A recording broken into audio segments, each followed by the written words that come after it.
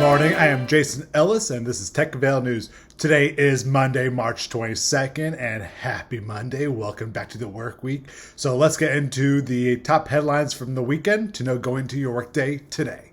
It was a pretty light weekend in terms of news stories, but on the plus side, the WGA Awards did happen last night, hosted by Cal Penn. In this pre-recorded ceremony, it was very funny. Cal Penn was actually pretty spot on, but two big takeaways from the night. Emerald Fennell won Best Original Screenplay for her work on Promising Young Woman, and Sacha Baron Cohen won for Best Adapted Screenplay for the Borat sequel. This is obviously going to be setting up two front runners for the Oscars, since the WGA voting body is very similar to the Oscar voting body for those two categories. In the TV side of the award show, The Crown and Ted Lasso took away top honors, with The Crown taking Best Drama Series, Ted Lasso taking Best Comedy Series, but also Best New Series. I love Ted Lasso. I think it's a type of show that people need to be emulating a lot more. It's okay to have positive shows out there, and I think Ted Lasso has really proven this is the best way to do it. So congrats to everyone for winning those awards last night. Lizzo continues to really stand out from the pack, especially in being a champion for body positivity. She has just announced with Amazon that she is going to be creating a reality series for full-figured models and dancers. And the ultimate prize is to then join Lizzo on tour. So pretty great incentive for Lizzo. Very smart way to bring body positivity even more to the forefront. So great on Amazon for creating this opportunity, and great on Lizzo for coming up with the idea. So we'll see what happens, but it's currently casting right now. So if you know anyone who could be right for this, go online, search for the competition, and sign up for it. So cool job by Lizzo for this one. The Motion Picture Association has announced that for the first time ever, globally, we have surpassed 1 billion subscribers to streaming services. This is a 32% uptick from the 2019 numbers. This makes perfect sense. Pandemic, everyone's stuck inside, makes sense to subscribe to streaming services, and B, there's a lot more streaming services for people to join from. I think a lot of people go to question that there are too many streaming services.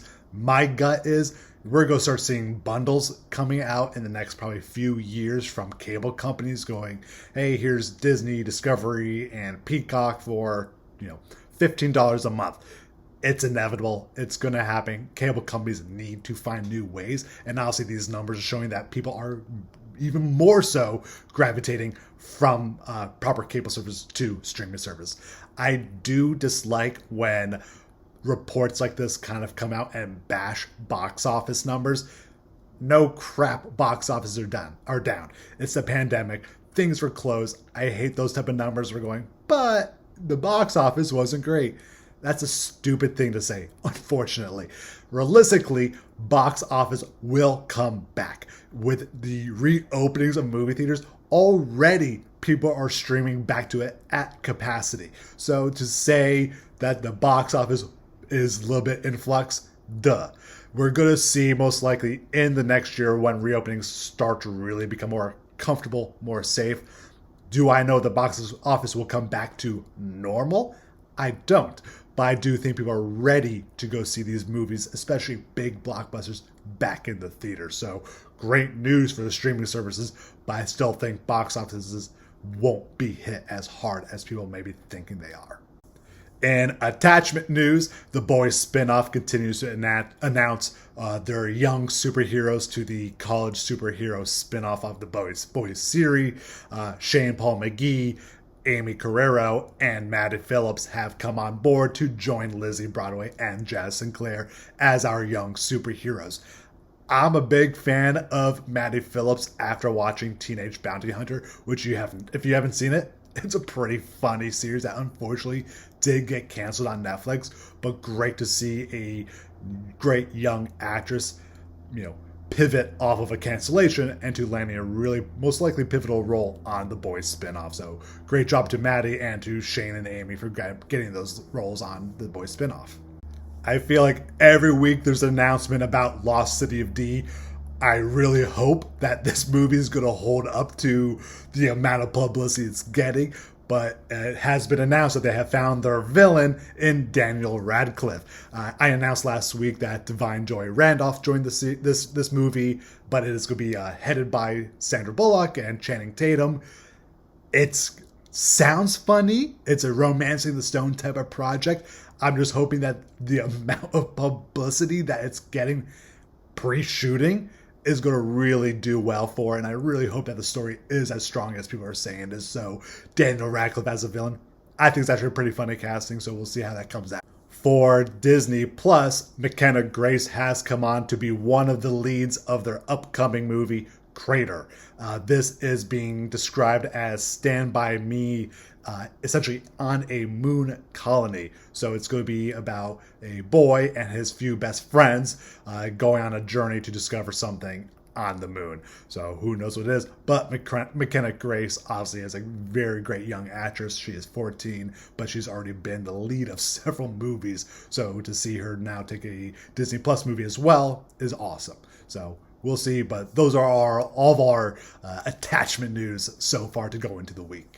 I'm not really sure how it started, but over the weekend there was a lot of talk about an NC-17 version of Mrs. Doubtfire.